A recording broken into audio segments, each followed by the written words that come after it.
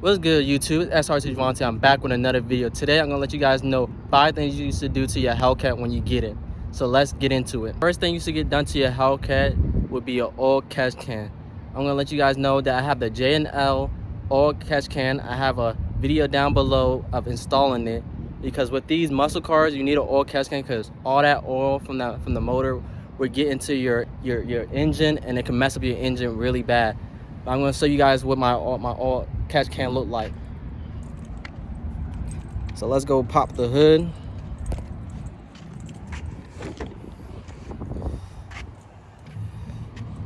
Alright guys, as you can see, I got the oil catch can right here, J&L.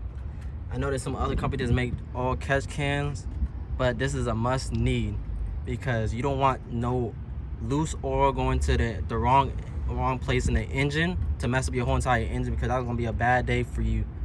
But that is a must need because I only barely drive the car and there's this much oil that comes out of it.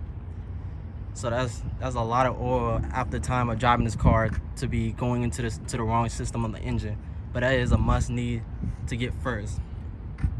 Second thing that you should get is an intake. I know I want exhaust first before an intake, but knowing that I got the exhaust, you start barely hearing the whine from the supercharger. So I would say get the intake before exhaust, because when you want a lot of people to hear this intake and hear the whine coming from the car, because it's gonna be a lot more louder because the car is quieter than a scat pack. So when you get into load and that whine is super loud and you can barely hear the car, a lot of people are gonna turn necks. Because as soon as I got this intake, a lot of people start turning necks when they start hearing the supercharger whine. I'm gonna show you what intake I got right now. Alright guys, as you can see, I went with the Corsa intake. The reason I went with this Corsa intake because not a lot of people had it. It just came out this year, so that's the reason why I full sent and went and got this Corsa. I looked in the forums a little bit before I can get in the intake. A lot of people said it's probably as the same as a leg maker loud, or a little bit louder than the leg maker. I haven't heard the leg maker in person to even say if it's louder or not, or it's the same, but it doesn't disappoint. It definitely makes the supercharger way louder. This is a must before getting exhaust, because when you get exhaust, you have that stock intake, you're gonna barely hear the intake, and then you're gonna be disappointed, like, damn, I got exhaust and now I can barely hear the supercharger. So now I gotta go try full send and try to get an intake now. But definitely do this first before getting exhaust, because you definitely gonna start seeing people turning their heads when they hear the supercharger going down the street. Alright guys, I'm gonna give you some sound clips of the intake.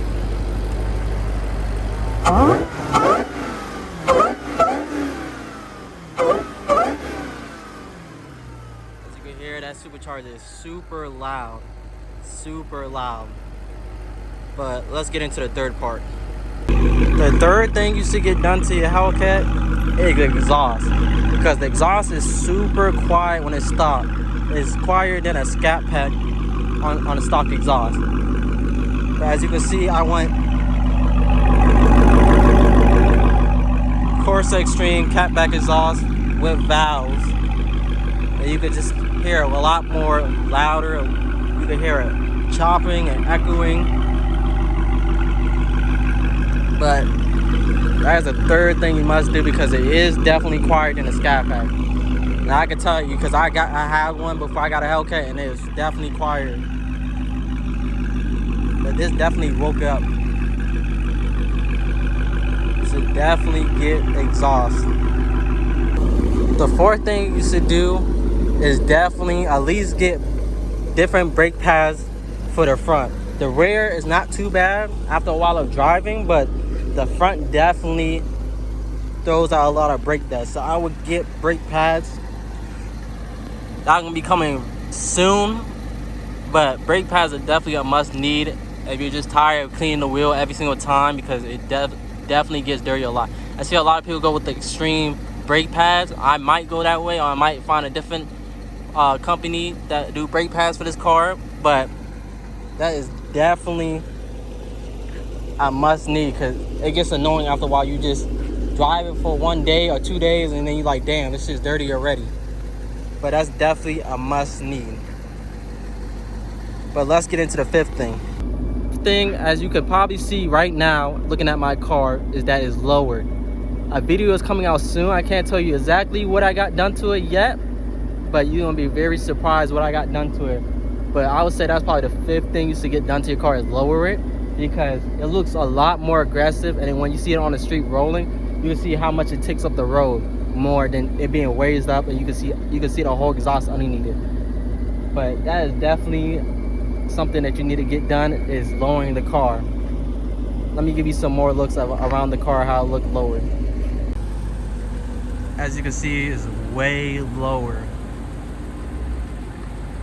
because these come pretty high from stock.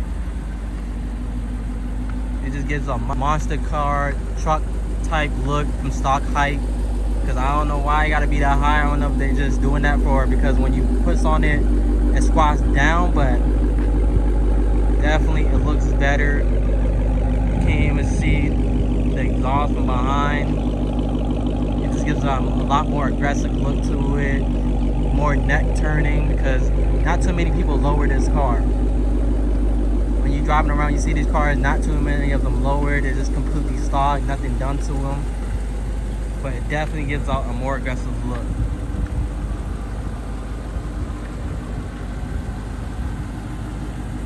But that was the 5th thing. That is the last thing that I wanted to show you guys. But alright guys, this is the end of the video. As I say, there is going to be a video of what I got done to the car to lower it. But stay tuned. Like, comment, subscribe. And I'll catch you in the next one. Peace.